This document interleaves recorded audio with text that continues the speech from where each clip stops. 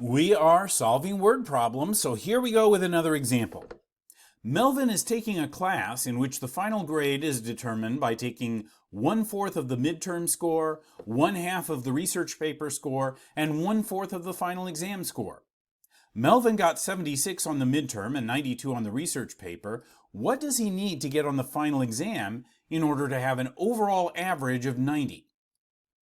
Remember I said, first thing you look for in a word problem is, what are we trying to find? What number do we have to come up with to say, here, this is the answer? And often that comes at the very end, like it does here. What does he need to get on the final exam in order to have an overall average of 90? So if we knew what that number was, 85, 95, 100, 60, if we knew what that number was, that would be the answer to the question. So whatever that number is, that's the number where if you put that in for the final exam score and all the rest of this, he comes up with an overall average of 90. Since that's what we're trying to find, let's go ahead and let X stand for that number. If you wanted to make an actual guess, put an actual number in there, do the calculations, and probably won't come out right, but then you can go back and redo the calculations, but with an X in place of that actual number. But doing the calculations means, it says right here, taking 1/4 of the midterm score, plus 1/2 of the research paper score, plus 1/4 of the final exam score. We have numbers for those first two things, 76 for the midterm and 92 for the paper. And we want the overall average to be a 90. And the one we don't have an actual number for, the final exam, that's the thing we're trying to find. That's what we're calling X. So 1/4 times 76 plus 1/2 times 92 plus 1/4 times X equals 90. There's an equation. Now, I guess there's two approaches you could take with this. One approach would be to go ahead and multiply these numbers together. Work out what 1/4 of 76 is and 1/2 of 92 and take it from there. Or you could do that trick where you immediately kill off all the fractions in the equation by multiplying both sides by the lowest common denominator of all the fractions. So if we do that, the lowest common denominator of all these fractions would be 4. So if I multiply both sides of the equation by 4, 4 times 1/4 would just be 1 times 76. Plus 4/2 is 2 times 92. And then 4 times 1/4 is 1x. And nothing cancels over here. Nothing divides out. So we got 1 times 76, which is 76, plus 2 times 92, which is 184, plus 1 times x, which is x, equals 4 times 90, which is 360. Okay, we can add these two constants together. 76 and 184 add up to 260. So 260 plus x equals 360. Subtract 260 from both sides. We get x equals 100. And X stood for that thing we were trying to find. What does Melvin need to get on the final exam? So it turns out he needs to score 100. Hope he studied. Next example. An investment advisor invested $14,000 in 2 accounts. One investment earned 8% annual simple interest, and the other investment earned 6.5% annual simple interest. The amount of interest earned for 1 year, that's from the 2 accounts together, was $1,024. How much was invested in each account? Okay, so what are we trying to find here? What do we have to come up with? We have to come up with how much was invested in each account. So 2 things. We need to know how much was invested at 8% interest and how much at 6.5% interest. So 2 things. Well, we could call one of those things X. We could let X stand for the amount invested at 8%. And then what about the other amount? Well, we could bring in another variable, have an X and a Y, but let's keep things simple and let's think, okay, there was a total of $14,000 divided up into those two accounts. So however much of that got invested at 8%, the rest of it, 14,000 minus X, is how much got invested at 6.5%. And interest, 8% or 6.5% or whatever, that's what percent of the amount invested got earned as interest. So an 8% annual simple interest means that the interest earned on that X number of dollars is 8% of X, 0.08X.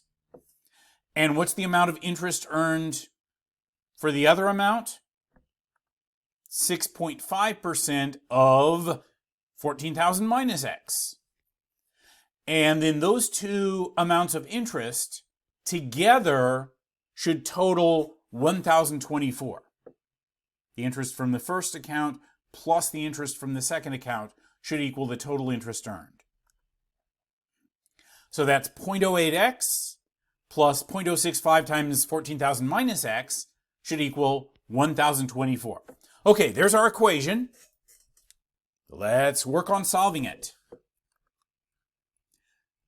I would start by removing parentheses, multiplying this out with the distributive property. 0.08X plus 0.065 times 14,000 comes out to 910. Minus 0.065 times X is 0.065X. I can combine the X terms that are both on the left side of the equation. So 0.08X minus 0.065X would be 0.015X. Plus 910 equals 1024. Subtract 910 from both sides and we get 0.015X equals 114. And divide both sides of this equation by 0.015.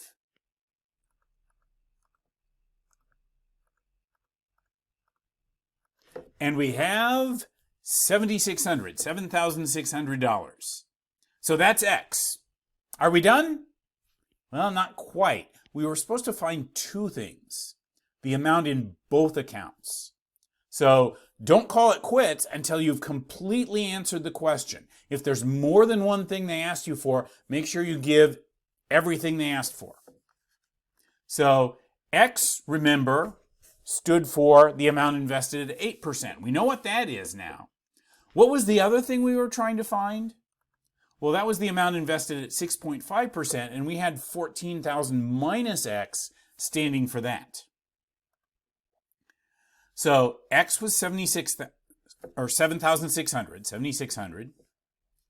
Then 14,000 minus that number for X comes out to $6,400. So now we do have both numbers. We have completely answered the question. Last example for this section. Light travels at the speed of approximately 3.0 times 10 to the 8th meters per second. Find the time required for light to reach for light from the sun to reach the planet Jupiter, approximately 7.78 times 10 to the 11th meters away. Okay, so we're supposed to find the time for light to reach from the sun to Jupiter. That's what we're coming up with, the time. We know the speed of light. We know the distance, how far away that is.